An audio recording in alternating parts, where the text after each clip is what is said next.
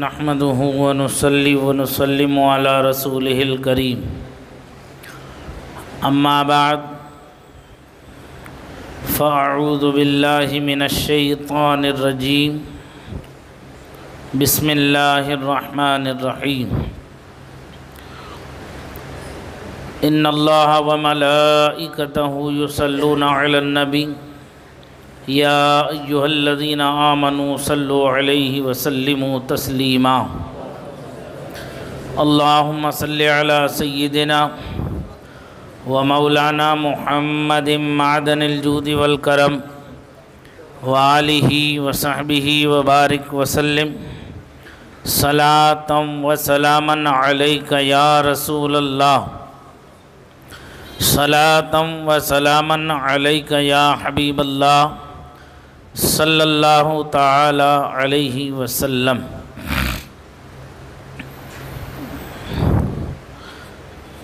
اللہ رب العزت جل جلالہ وعم نوالہ کا بے پایا فضل و انعام و احسان و اکرام ہے کہ اس نے ہمیں اور آپ سب کو دولت ایمان و عمل، عقیدے کی صحت و سلامتی کے ساتھ سید الایام جمعۃ المبارکہ عطا فرمایا اور نماز جمعہ ادا کرنے کی سعادت بخشی۔ ہم اپنے رب کا جتنا بھی سجدہ شکر بجا لائیں وہ کم ہیں۔ اس کی نعمتیں،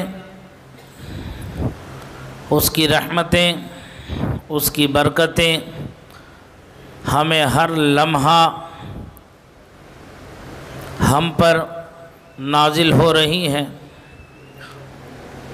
لیکن ہمیں اس کا شعور نہیں ہے۔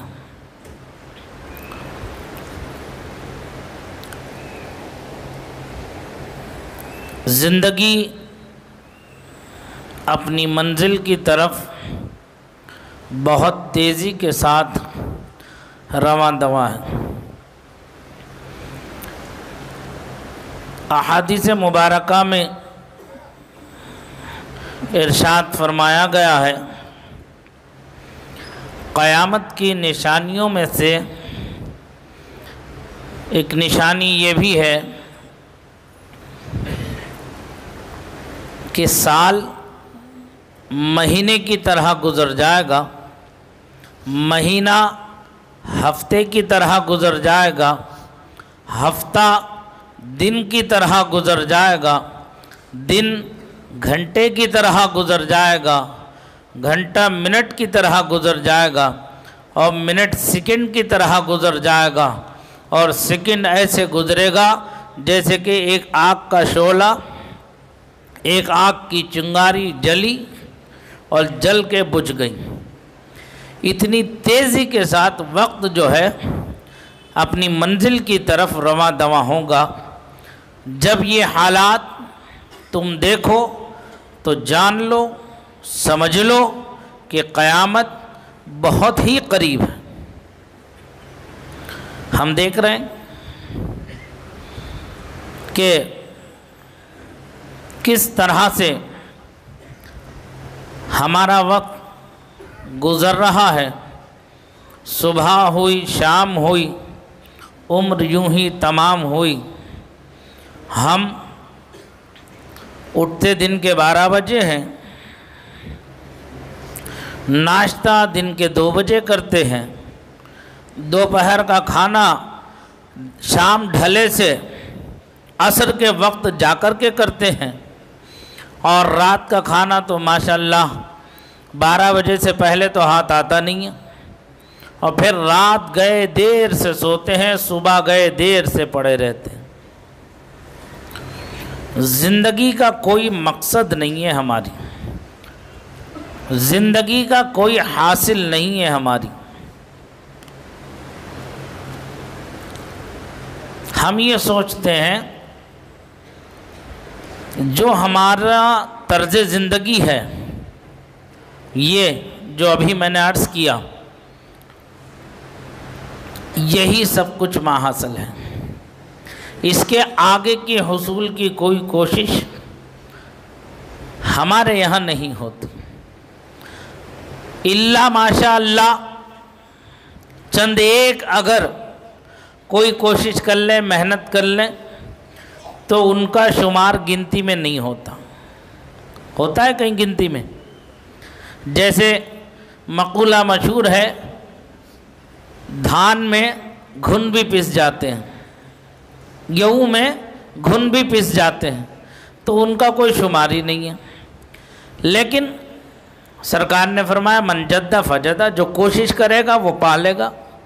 ہم دیکھتے ہیں کہ وہ دنیاوی اعتبار سے بھی ترقی کی منزلوں میں ہوتے ہیں، اور جو اپنی زندگی کا ماحصل سمجھتے ہیں، ہمارا اس دنیا میں آنے کا مقصد کیا ہے، ہمارا پیدا ہونے کا مقصد کیا ہے، قرآن و حدیث کے مطابق ہمیں زندگی کیسے گزارنی چاہیے، اللہ نے کن چیزوں کو حلال کیا ہے، کن چیزوں کو حرام ٹھہرایا ہے، ان کی جو رگ ایمانی جو ہے وہ ہر دم پھڑکتی رہتی ہے، تڑپتی رہتی ہے، اور رب کی رضا کو تلاش کرنے میں گزر جاتی ہے۔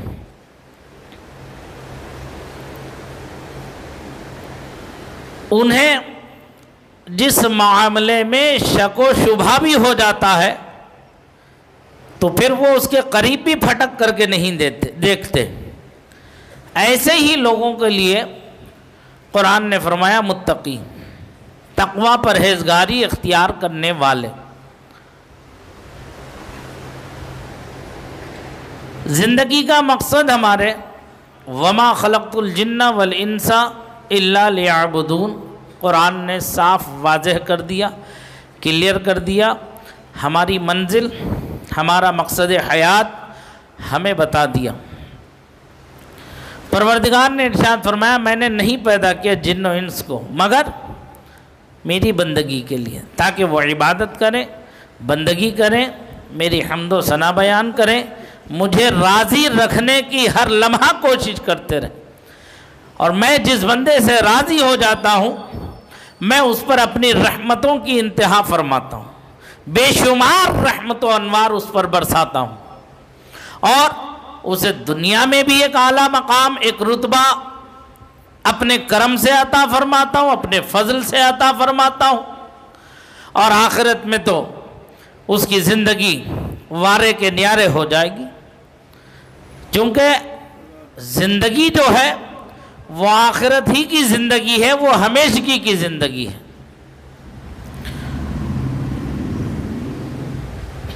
یہ دنیا دار العمل ہے، عمل کا گھر ہے، یہاں جتنا عمل کریں گے اتنا ہم قیامت میں پا لیں گے۔ ایک حدیث میں فرمایا دنیا مزرعۃ الآخرہ، دنیا آخرت کی کھیتی ہے، یہاں جو بوؤ گے کل وہاں کاٹو گے، یہاں جو بوؤ گے کل وہاں کاٹو گے۔ اس لیے ہمیں چاہیے کہ ہم لمحہ لمحہ اپنے رب کی رضا کو حاصل کرتے رہیں، اس کی رضا جوئی میں اپنے آپ کو فنا کر دیں۔ صاف ایک مقام پر آقا کائنات صلی اللہ علیہ وسلم نے ارشاد فرمایا من عرف نفسہ فقد عرف ربہ، جس نے اپنے آپ کو پہچان لیا، جس نے اپنی معرفت حاصل کر لی، جس نے اپنی منزل مقصود کو پہچان لیا، فقد عرف ربہ، تحقیق کہ اس نے اپنے رب کی معرفت حاصل کر لی۔ آپ دیکھتے ہیں بہت سے اللہ والوں کے ساتھ ایک لقب لگا رہتا ہے، عارف باللہ، عارف باللہ۔ عارف باللہ کا مطلب کیا ہے؟ عارف باللہ کا مطلب یہی ہے کہ انہوں نے اللہ کی معرفت کو حاصل کر لیا، اپنے مقصد حیات کو پہنچ چکے، اپنی منزل کی طرف رواں دواں ہو کے انہوں نے اپنی گاڑی آگے بڑھا دی، اور اپنے رب کی رضا کے حصول کا ایک بہترین ذریعہ انہوں نے اپنی زندگی میں کما لیا۔ یہ سب چیزیں ہمیں حاصل کب ہوتی ہیں؟ صبر سے، تحمل سے، بردباری سے، ایثار و قربانی سے، اور نفس امارہ کو کچلنے سے۔ جو نفس ہمارا ہے جو ہمیں گناہوں کی طرف مائل کرتا ہے، ایک حدیث پاک میں ارشاد فرمایا گیا، سرور کائنات نور مجسم صلی اللہ تعالیٰ علیہ وسلم نے فرمایا، ہر انسان کے دل پر اللہ تعالیٰ کی جانب سے دو لوگ مقرر ہیں، ایک فرشتہ، دوسرا جن، شیطان جسے کہیں۔ فرماتے ہیں آقا، جب تیرا دل تجھے کسی اچھائی کی طرف، نیکی کی طرف، نیک کام کی طرف تجھے مائل کرنے لگے تو اس وقت یہ جان لینا، یہ سمجھ لینا کہ جو فرشتہ تیرے دل پر مقرر ہے وہ تجھے نیکی کی طرف راہ دکھا رہا ہے، نیکی کی ہدایت کر رہا ہے۔ اور آقا فرماتے ہیں، جب تیرا دل تجھے کسی گناہ کی طرف مائل کرے، گناہ کرنے پر تجھے دلیر کرے، جرأت و ہمت دے تجھے گناہ کرنے پر، تو یاد رکھنا جو شیطان تیرے دل پر ہے وہ تجھے گناہ کی طرف مائل کر رہا ہے، وہ تجھے گناہ کی طرف دعوت دے رہا ہے، اللہ کی نافرمانی کی طرف دعوت دے رہا ہے۔ اور آقا فرماتے ہیں، لا طاعت لمخلوق فی معصیت الخالق، اللہ کی نافرمانی میں کسی مخلوق کی فرما برداری جائز نہیں ہے۔ اللہ کی فرما برداری کرو، کسی مخلوق کی اتباع اور پیروی اس معاملے میں نہ کرو کہ وہ تمہیں تمہارے رب سے دور کر دیں۔ وہیں پر ایک صحابی رسول نے عرض کیا، یا رسول اللہ علیہ السلام، میرے ماں باپ آپ پر قربان جائیں، انسانوں کے دلوں پر یہ دونوں لوگ مقرر ہیں؟ فرماتے ہیں آقا ہاں۔ تو وہ ڈرتے ڈرتے عرض کرتے ہیں، کیا اللہ کے رسول آپ کے قلب نازنی پر بھی ان کا کچھ اختیار ہے؟ اللہ اکبر کبیرہ۔ دیکھو صحابہ اکرام کا یہ عظیم احسان ہے کہ انہوں نے سرکار کے لیل و نہار کو ایسے محفوظ کر دیا کہ آدم سے لے کر صبح قیامت تک آنے والی نسل انسانی میں کسی ذات شخصیت کا اس انداز سے تذکرہ محفوظ نہ ہوگا۔ سرکار ارشاد فرماتے ہیں، کہتے ہیں ہاں یہ میرے دل پر بھی ہے، میری طرف بھی ان کی ڈیوٹی لگی ہوئی ہے، لیکن اللہ تبارک و تعالی نے میری صحبتوں کی برکت سے جو سرکش مقرر تھا اسے صاحب ایمان کر دیا، اسے صاحب ایمان کر دیا، وہ مجھ پر کلمہ پڑھ کر داخل اسلام ہو گیا۔ آپ یہ سوچتے ہیں کیا صرف انسان ہی مسلمان ہے، داخل اسلام ہے؟ نہیں، اجنہ اور اجنہ، قوم اجنہ میں بھی مسلمان بھی ہیں اور کافر بھی ہیں۔ جس طرح سے تمہارے یہاں اولاد کا سلسلہ جاری ہے، ایسے ہی ان کے یہاں بھی اولاد کا سلسلہ جاری ہے، ان کی عمریں بہت لمبی لمبی ہیں۔ دنیا میں انسان سے پہلے اجنہ ہی تو بستے تھے، انہی کی آبادیاں تھیں، انہی کے محلات تھے، لیکن جب انسان دنیا میں آیا تو انسانوں کے راستوں سے ان کو دور کر دیا گیا۔ اب اس میں بھی دو طرح کی مخلوق ہے، ایک مومن دوسرے کافر۔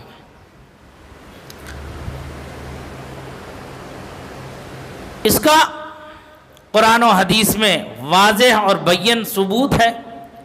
سورہ جن اسی اس معاملے میں نازل ہوئی کہ ایک جماعت اجنہ کی بارگاہ رسالت میں حاضر ہوئی، کلام الہی کو سن کر وہ اسلام قبول کر کے مشرب اسلام ہوئے، بارگاہ رسالت میں حاضر ہو کر پھر جوق در جوق آتے گئے، اور جو اسلام قبول کرتے گئے وہ آگے جا کر کے وہ تبلیغ کرتے رہے۔ کفار مکہ میں سے ایک شخص تھا جو ایک پیتل کی گائے کو پوجتا تھا۔ اچانک ایک دن اس کی گائے جو ہے وہ کلام کرنے لگی اس سے۔ کیا کلام کرنے لگی؟ کہنے لگی کہ محمد جھوٹے ہیں، ان پر ایمان نہ لانا، تم جو اپنے باپ دادا سے کرتے چلے آ رہے ہو وہ حق پر ہو۔ وہ زمانے دراز سے اس کے باپ دادا سب اس کی پوجا کرتے تھے، عبادت کرتے تھے، معبود مانتے تھے۔ آج اس کے تو وارے کے نیارے ہو گئے کہ میرے معبود نے مجھ سے کلام کر لیا۔ تو اس نے اس سے کہا کیا یہ کلام جو تو نے میرے سامنے کیا، کیا یہی کلام میں چند لوگوں کو جمع کر لوں تو کیا ان کے سامنے بھی کرے گا؟ تو وہ کہتا ہاں کروں گا، جمع کر لے۔ وہ اپنے کچھ قریبی ساتھیوں کو جمع کر کے پھر اس کے سامنے، وہ بت کے سامنے حاضر ہو کر پھر کہتا ہے، تو بت وہی کلام جو کل کیا تھا وہ کلام آج کرتا ہے۔ ان کی تو خوشی کی انتہا نہ رہی کفار عرب کی، کفار مکہ کی، کہ آج تو کلیئر ہو گیا معاملہ کہ ہمارے معبود نے ہم سے کلام کر لیا اور محمد کو جھٹلا دیا۔ تو ایک شور مچ گیا۔ پھر انہوں نے کہا کیا کل کرے گا؟ میں ایک مخلوق کو جمع کر لوں، اس کے سامنے کلام کر دے گا؟ تو وہ کہتا ہاں کل بھی کر دوں گا۔ تو اس نے دعوت دی حضور سید عالم نور مجسم صلی اللہ علیہ وسلم کو کہ آؤ اے محمد، تم سچے ہو تو آؤ، میرا معبود کل کلام کرے گا، یہ وقت ہے۔ اعلان کر دیا، بہت سے لوگ جمع ہو گئے۔ وقت پر اللہ کے رسول بھی تشریف لے گئے۔ اب جب کلام کرنے کا وقت آیا تو وہی بچڑا جو پیتل کا تھا وہ کہنے لگا اے لوگو سنو سنو، محمد اللہ کے برحق رسول ہیں، ان کا فرمان سچا ہے، ان کا خدا سچا ہے، یہ جس دین کی تمہیں دعوت دے رہے ہیں وہ دین سچا ہے، آج تک تم جس باطل دین پر تھے اسے ٹھکرا دو۔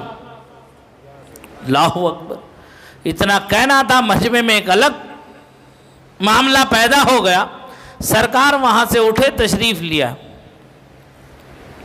سرکار وہاں سے تشریف لیا ہے، اس کی حالت غیر ہو گئی۔ دیکھا سرکار راستے میں آ رہے ہیں، اچانک سامنے سے ایک سفید گھوڑے پر، سفید لباس میں، ہاتھ میں ننگی تلوار جس میں خون ٹپک رہا تھا، وہ لے کر کے ایک شخص سامنے سے آیا۔ سرکار کو دیکھ کے وہ گھوڑا روکا اور اترا۔ اترنے کے بعد بارگاہ رسالت میں آ کر کے سلام نیاز عرض کیا، اے اللہ کے رسول آپ پر سلامتی ہو۔ سرکار نے جواب عطا فرمایا۔ اس کے بعد ارشاد فرمایا تو کون ہے، کہاں سے آ رہا ہے؟ تو وہ کہتا ہے پہلے تو اللہ کے رسول میری گزارش یہ ہے، میں اس علاقے میں قوم اجنہ کا سردار ہوں، اس علاقے میں قوم اجنہ کا میں سردار ہوں۔ میں کسی ضروری کام کی وجہ سے اپنے علاقے سے کئی دن ہو گئے مجھے باہر رہتے ہوئے، میں جب واپس آیا تو میرے گھر میں ایک صف ماتم بچھا ہوا تھا۔ پوچھا کیا تھا؟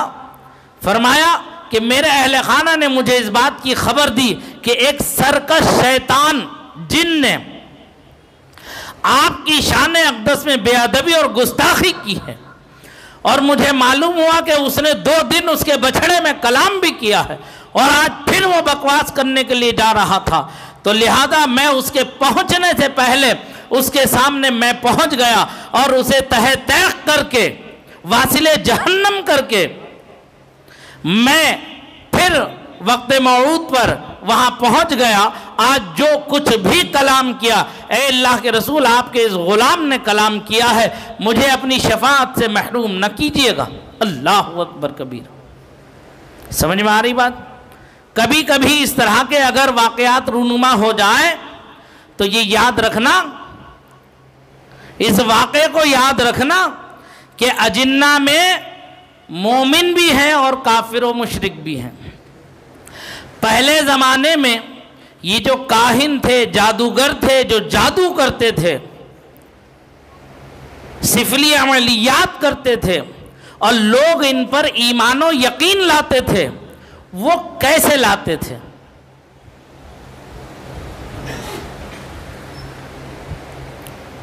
جب تک سرکار دو عالم نور مجسم صلی اللہ علیہ وسلم کی ولادت مبارکہ نہیں ہوئی، اس وقت تک شیاطین جو ہے زمین سے آسمان دنیا تک جا سکتے تھے۔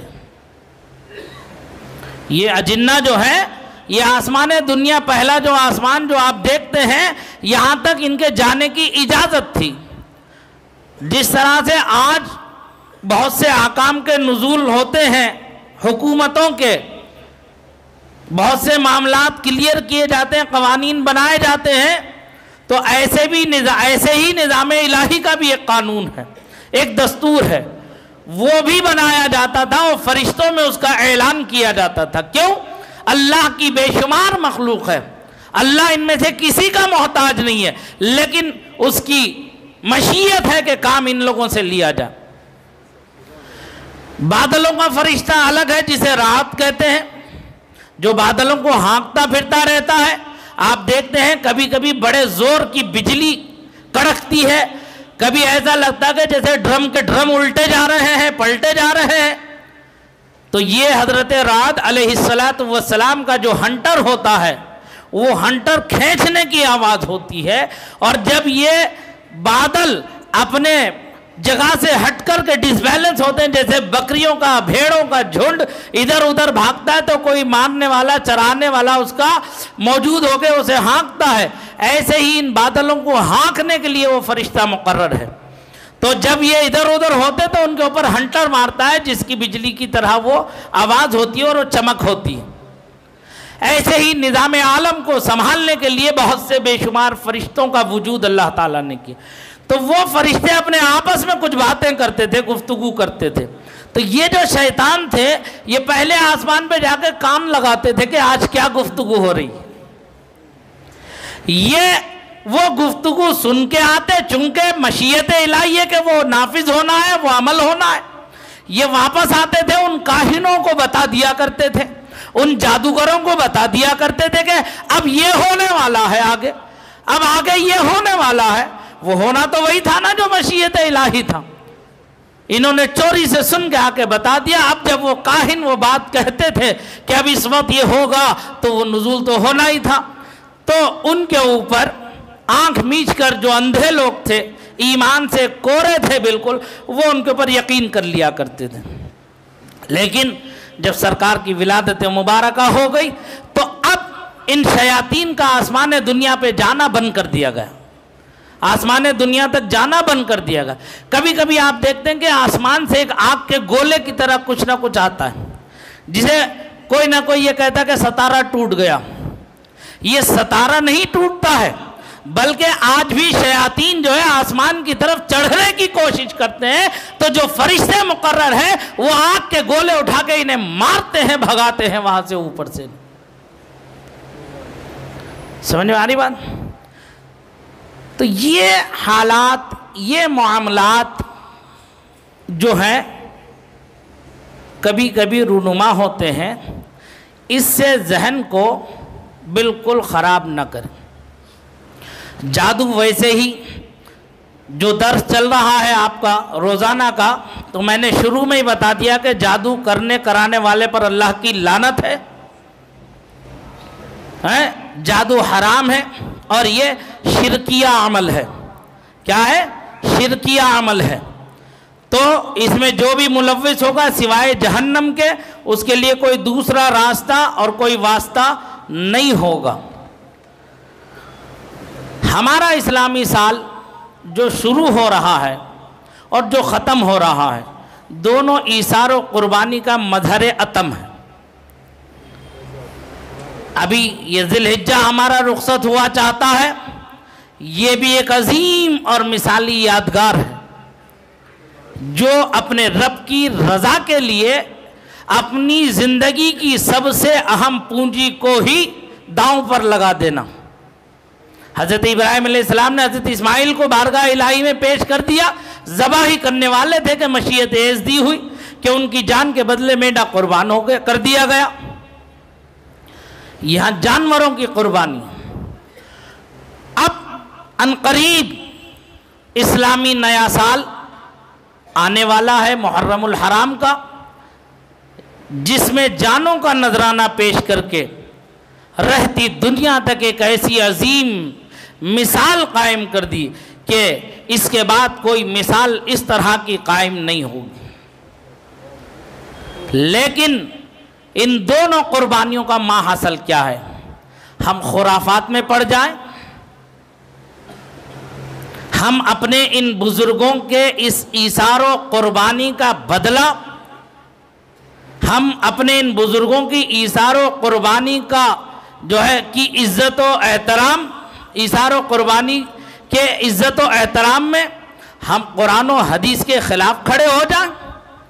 کیا انہوں نے اپنی ساری زندگی جو جان جان آفرین کے حوالے کی اسی لیے کی کہ ان کے ماننے والے، ان کے چاہنے والے، ان کے عقیدت مند خرافات کی دنیا میں پڑ جائیں؟ بہت سی ایسے معاملات جو غیر شرعی رسم و رواج ہیں، وہ اس ماہ مبارک میں آپ کو بہت دیکھنے کے لیے ملیں گے۔ خدا کے لیے امام حسین سے اگر تمہیں واقعی سچی محبت ہے، واقعی تم حسینی ہو، ہم میں کا ہر ایک اپنے دل پر ہاتھ رکھ کے کہے کل امام حسین کو قیامت میں منہ بھی دکھانا ہوگا۔ ہم جوانان جنت کے سردار ہوں گے جب وہ کہیں گے کہ میں نے اپنی پوری زندگی نانا جان کے دین کے لیے قربان کر دی اور تو نے میرے نانا جان کے دین کی دھجیاں اڑا دی، پھر اپنے آپ کو حسینی کہتا، شرم نہیں آتی تجھے؟ غیرت نہیں آتی تجھے؟ تو اس جواب کا، اس سوال کا کیا جواب دیں گے، یہ آپ اپنے اندر سوچ لینا۔ اس ماہ محرم میں جو سال بھر نہاتا نہیں ہے وہ نہاون ڈالنے بیٹھ جاتا ہے، جسے استنجا کا طریقہ نہیں آتا، وضو کا طریقہ نہیں آتا ہے، اس پر بے شمار حاضریاں چڑھ جاتی ہیں۔ ایک مرتبہ مسجد کو آتا نہیں، امام حسین نے سجدے میں سر کٹا دیا، پھر حسینی کہتا ہے۔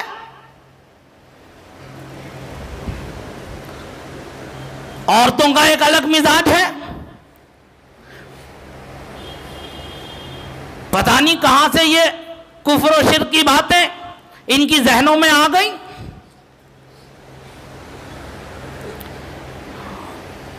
غیر محرموں کے سامنے جا کر کے نہاون ڈالنا، کیا اس کی شریعت اجازت دیتی ہے؟ ارے مرد کے لیے تو یہ حکم ہے کہ اگر چوراہے پر نہائے تو ناف کے نیچے سے گھٹنے کے نیچے تک کا حصہ اس کا ستر ہے جس کا چھپانا فرض ہے۔ آج چڈیاں پہن کر نہاتے ہیں روڈوں پر۔ عورت کے لیے تو پورا جسم چھپانا فرض ہے، یہ ان غیر محرموں کے پاس جا کر نہاونے ڈالا ہے، جنہیں خود نہانے کا طریقہ نہ آتا ہو، غسل کا طریقہ نہ آتا ہو، نماز کا طریقہ نہ آتا ہو، جن کے بچے نہیں ہوتے وہ پتہ نہیں کیا کیا چاندی کے ٹیڑے میڑے وہ بنے ہوئے وہ لے جا کے چڑھاتے، نظر و نیاز کرتے۔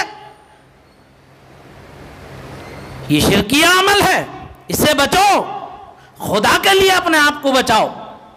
دنیا دار العمل ہے، آخرت دار جزا ہے، جو یہاں بو گے وہاں پاؤ گے۔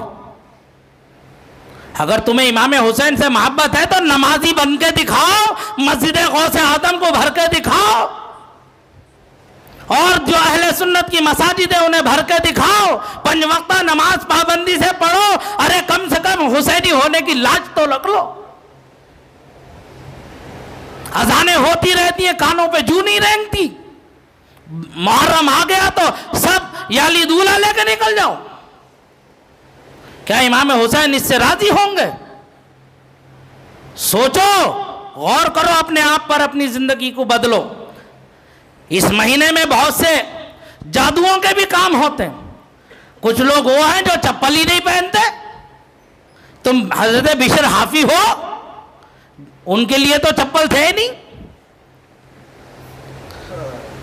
گوشت نہیں کھاتے صاحب، کیوں نہیں کھاتے بھائی؟ اللہ کے حلال کو حلال جانو، اللہ کے حرام کو حرام سمجھو۔ تم ہوتے کون ہو؟ اللہ کے حلال کو حرام کرنے والے، تمہیں یہ اختیار دیا کس نے؟ سوچو، سمجھو، دین کو سیکھو۔ اس مہینے میں گوشت کھانا بھی جائز ہے، حرام نہیں ہے، اللہ نے حرام نہیں کیا ہے۔ ماتم کرنا حرام ہے، حرام۔ یہ ماتم کرنا اہل سنت کا طریقہ نہیں ہے۔ اور سوگ منانا بھی 3 ہی دن کا جائز ہے، وہ بھی اہل خانہ کو۔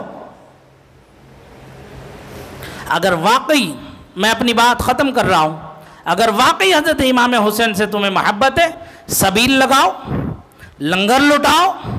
اللہ نے تمہیں جائز حلال پیسہ جو دیا ہے اس سے مسجد کی تعمیر کرو، امام حسین کے نام پہ مسجدیں بناؤ، امام حسین کے نام پہ مدرسے بناؤ، امام حسین کے نام پہ ہمارے اسلاف کی جو خانقاہ ہیں ان کی خدمت کرو، امام حسین کے نام پہ اپنے محلے کے غریب، یتیم، مسکین، محتاج، مجبور و لاچار بچوں کی مدد کرو، انہیں دینی تعلیم دلاؤ۔ ایک قرآن کریم کے ختم پر 4000 فرشتے آمین کہتے ہیں، ایک روایت میں 70,000 فرشتے آمین کہتے ہیں۔ گھر گھر ختم قرآن کریم کا اہتمام کرو، اپنے گھروں کی نحوستوں کو دور کرو۔ اور میں دیکھوں گا کہ ہمارے پورے محلے سے عاشورہ کے دن جب ہم یہاں دعا کریں گے، کون کتنے قرآن کریم کے ختم کر کے لا کے دیتا ہے مجھے۔ ہم اجتماعی دعا کریں گے یہاں بیٹھ کر، ختم قرآن کریم کر کے لاؤ، گھر سے 2 4 5 8 10 جتنا تم سے پڑھا جا سکے پڑھو گھروں کے اندر۔ درود پاک کی کثرت کرو، کروڑوں نہیں، 1000 کروڑ درود پڑھو، سلام پڑھو، یاسین پڑھو، سورہ ملک پڑھو، رحمان پڑھو۔ اپنے گھروں کو قرآن کی تلاوت سے مزین کرو، اپنے دلوں کو اللہ اور اس کے رسول کی محبت میں مزین کرو، پھر لے کے آؤ، ہم دیکھیں گے، پھر ہم اجتماعی دعا کریں گے۔ ایک آپ کو میں نے بیان کر دیا کہ 70,000 فرشتے آمین کہتے ہیں۔ جب کم سے کم 1 لاکھ قرآن کریم بخشا جائے گا یہاں بیٹھ کر، تو بتاؤ کتنے فرشتے آمین کہیں گے؟ کوئی حد و حساب ہے؟ تو اگر یہ فرشتے آمین کہہ دیں، ہمارے محلے کی پوری نحوست دور ہو جائے، غریبی دور ہو جائے، پریشانیاں دور ہو جائے، بیماریاں دور ہو جائے، مجبوریاں دور ہو جائے، جو لوگ پریشان حال ہے، کاروبار بند ہے، ان کے کاروبار کھل جائے، جن کی روزی روٹی کے راستے بند ہو گئے ان کی روزی روٹی کے راستے کھل جائے، تو کیا حرج ہے کہ ہم اکٹھا بیٹھ کر کے دعا نہ کریں؟ بولو، ہے تم میں کا کوئی جو قرآن پڑھ کے لائے گا؟ ہاتھ اٹھاؤ، دیکھوں کون کون آج مجھ سے وعدہ کریں گے اللہ اور اس کے رسول کو گواہ بنا کے، قرآن نہیں آتا یاسین پڑھو، یاسین نہیں آتا درود پڑھو، کلمہ طیبہ پڑھو، لاؤ سب ملا کر اکٹھا کر کے، پھر ہم بیٹھ کر دعا کریں گے۔ اور مسجد غوث اعظم کو وسعت دو، یہ تمہارے محلے کی مسجد ہے، کب تک ایسی رہے گی؟ برابر کی جگہ کب خریدیں گے ہم؟ اگر حسینی ہو، امام حسین کے نام پہ 6000 کا ایک اسکوائر فٹ ہے، دلاؤ۔ کون ہے تم میں دلانے والا؟ امام حسین کے نام پہ، امام حسن کے نام پہ اہل بیت سے محبت کا دعویٰ کرتے ہو، دلاؤ امام حسین کے نام پہ۔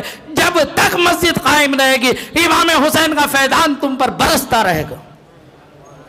خدا کے لیے میں گزارش کرتا ہوں، غیر شرعی رسم و رواج سے اپنے آپ کو دور رکھو، کام وہ کرو جس میں تمہارا رب راضی ہو۔ اللہ اور اس کا رسول راضی ہو، کل قیامت پہ ہم اہل بیت کو کچھ منہ تو دکھا سکیں۔